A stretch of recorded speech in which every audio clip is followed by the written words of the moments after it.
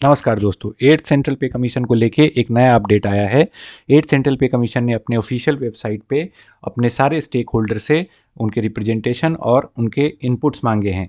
पे कमीशन को लेके ये पहली बार ऐसा हुआ है कि कमीशन ने अपने वेबसाइट के थ्रू ऑनलाइन मोड में अपने सारे स्टेक होल्डर्स, चाहे वो एम्प्लॉयज़ हो, पेंशनर्स हो, एम्प्लॉय यूनियन हो, पेंशनर यूनियन हो, गवर्नमेंट के अपने डिपार्टमेंट और मिनिस्ट्रीज़ हों, और जो यूनियन टेरेटरीज़ के लोअर जुडिशियल सर्विसेज के लोग हैं, उन सब से रिप्रेजेंटेशन मांगा गया है।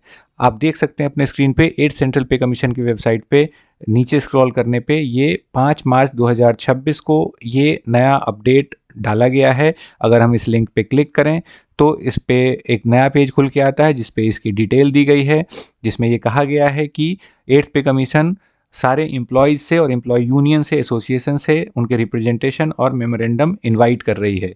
अगर हम इस पेज के लिंक पे क्लिक करें, जो यहाँ पे लिंक दिया गया है, इसके ऊपर क्लिक करें तो ये हमें एक नए पेज पे लेके जाती है, और इस नए पेज के ऊपर आप देख सकते हैं कि ये एक काइंड ऑफ सर्वे है।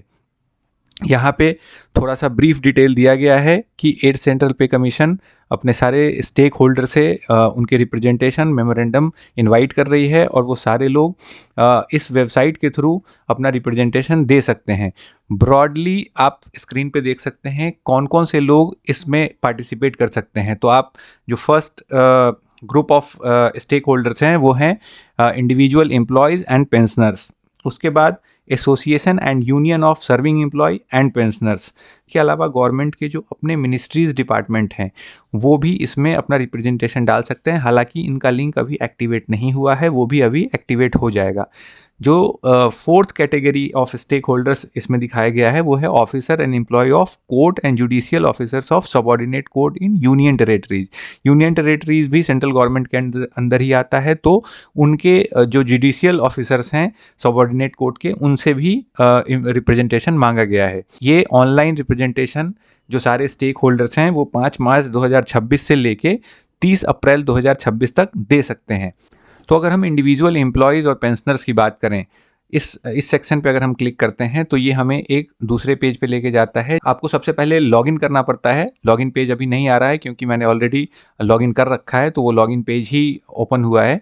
अगर आप इसमें आप अपने Facebook account, Gmail account, LinkedIn account, या फिर गवर्नमेंट की जो ईमेल आईडीज़ हैं gov.in या फिर nic.in, उनसे भी लॉगिन कर सकते हैं। मल्टीपल मोड्स ऑफ लॉगिन दिया गया है, तो किसी भी मोड से लॉगिन करके आप इसमें अपना representation as a individual employee या पेंशनर डाल सकते हैं। इस पेज के आने के बाद सबसे पहले आपको अपना पर्सनल डिटेल फिल करना पड़ेगा, और उसके बाद आपको अपनी मिनिस्ट्री या डिपार्टमेंट चूज करना है। तो आइए देख लेते हैं कि इसमें क्या क्या अलग सेक्शन हैं जिसपे रिप्रेजेंटेशन मांगा गया है। तो सबसे पहला सेक्शन जो है वो पे मैटर से रिलेटेड है, और लेफ्ट साइड में आप देख सकते हैं ब्रॉडली जो पे से रिलेटेड कैटेगरीज हैं उनको यहाँ लिस्ट डाउन किया गया है, और उसमें से आप किसी को भी सेलेक्ट करके, और राइट साइड में 3500 कैरेक्टर लिमिट के अंदर आप अपने कंसर्न को यहाँ पे रेज कर सकते हैं। उससे ऊपर आपको अपना कंसर्न रेज करना है, और नीचे उसका सॉल्यूशन भी देना है कि प्रॉब्लम क्या है और आपके हिसाब से उसका सॉल्यूशन क्या होना चाहिए।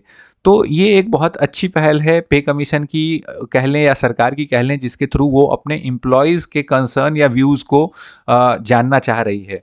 ऐसा पहली बार हुआ है जब एक इंडिविजुअल एम्प्लॉय को भी ये मौका मिल रहा है कि वो अपने इशूज़ और कंसर्न को रेज करें। इससे पहले तो एम्प्लॉय यूनियन पे कमीशन को अपना रिप्रेजेंटेशन डालती थी, और उसमें कई बारी ऐसा हो सकता है कि जो इंडिविजुअल कंसर्न्स हैं, जो इंडिविजुअल एम्प्लॉय या पेंशनर्स के कंसर्न हैं, वो उसमें नहीं आ पाते थे। लेकिन इस बार हर एक एम्प्लॉय, पेंशनर और स्टेक होल्डर को ये मौका डेमोक्रेटिकली दिया गया है कि जो लोग भी चाहें इस पे अपना कंसर्न रेज कर सकते हैं, सरकार को अपना सुझाव दे सकते हैं, और उसमें अपना सॉल्यूशन भी बता सकते हैं।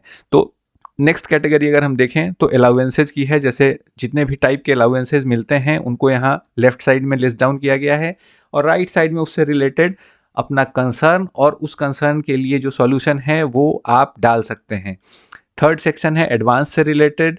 जैसे house building allowance government employees को मिलता है, बहुत कम मिलता है, उसको लेके अगर आप चाहें तो अपना कंसर्न रेज कर सकते हैं और सॉल्यूशन भी बता सकते हैं। Facilities like leave, group insurance, medical facility, LTC, इन सब से रिलेटेड भी कंसर्न रेज करने का यहाँ एक सेक्शन दिया गया है। परफॉर्मेंस इंसेंटिव, अभी तक सरकारी नौकरी के अंदर किसी भी टाइप का वेरिएबल पे या परफॉर्मेंस पे नहीं होता है, लेकिन इस बार गवर्नमेंट ने इस बार पे कमीशन ने इस पे भी ओपिनियन मांगा है कि अगर हम इस तरह का कुछ इम्प्लीमेंट करना चाहें तो लोग अपना सुझाव दे सकते हैं। 6 कैटेगरी हैं, empanelment and posting in government of India. ये सर्विस मैटर से रिलेटेड है, जो डेपुटेशन पोस्ट होते हैं और इम्पैनलमेंट होते हैं सेंट्रल स्टाफिंग स्कीम के अंदर, उससे रिलेटेड इस पे व्यूज़ मांगे गए हैं। कैडर मैनेजमेंट, ये भी अगेन एक सर्विस मैटर है जिस पे व्यूज़ मांगे गए हैं। बहुत सारे कैडर में उसका मैनेजमेंट सही नहीं है, प्रमोशन टाइमली नहीं होता या रिक्रूटमेंट टाइमली नहीं होता, या जो बेनिफिट्स हैं वो टाइमली नहीं मिल पाते, तो उससे रिलेटेड भी जो कंसर्न है वो एम्प्लॉयज़ अपना यहाँ रेज कर सकते हैं। जो 8th पॉइंट है वो है करियर प्रोग्रेशन से लेके अभी तक जो गवर्नमेंट के अंदर MACP है कि 3 मिनिमम फाइनेंशियल अपग्रेडेशन दिया जाता है, उसको MACP बोलते हैं। तो इससे रिलेटेड भी अगर आप चाहें तो अपना व्यूज़ या कंसर्न डाल सकते हैं।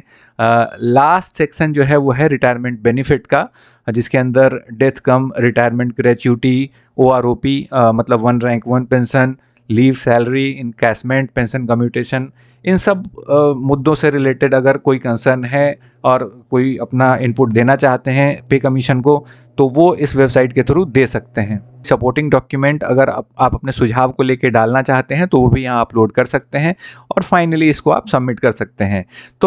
तो इस तरीके से आपने देखा कि पे कमीशन ने सारे स्टेक होल्डर्स को ये मौका दिया है कि लोग अपने सुझाव दे सकते हैं, अपने ग्रीवांसेस रेज कर सकते हैं और उनके जो कंसर्न्स हैं उसको सॉल्यूशन के साथ इस प्लेटफॉर्म के थ्रू पे कमीशन तक पहुंचा सकते हैं। आप भी सेंट्रल गवर्नमेंट एम्प्लॉय हैं या सेंट्रल गवर्नमेंट से रिलेटेड किसी बॉडी में काम करते हैं तो आप भी अपना सुझाव जरूर रेज करें, क्योंकि ये मौका 10 साल में एक बार आता है। 2016 के बाद ये 2026 में 10 साल बाद ये मौका आया है, तो इस मौके का भरपूर इस्तेमाल करें और अपने सुझाव को पे कमीशन तक और सरकार तक जरूर पहुँचाएँ, ताकि आपके जो कंसर्न्स हैं उसको एड्रेस किया जा सके और जो आपके बेनिफिट्स हैं वो आपके रिक्वायरमेंट के हिसाब से जेन्युइनली मिल सके। अगर आपको ये वीडियो अच्छा लगा तो इसे लाइक करें, शेयर करें और चैनल को सब्सक्राइब करें। Thank you.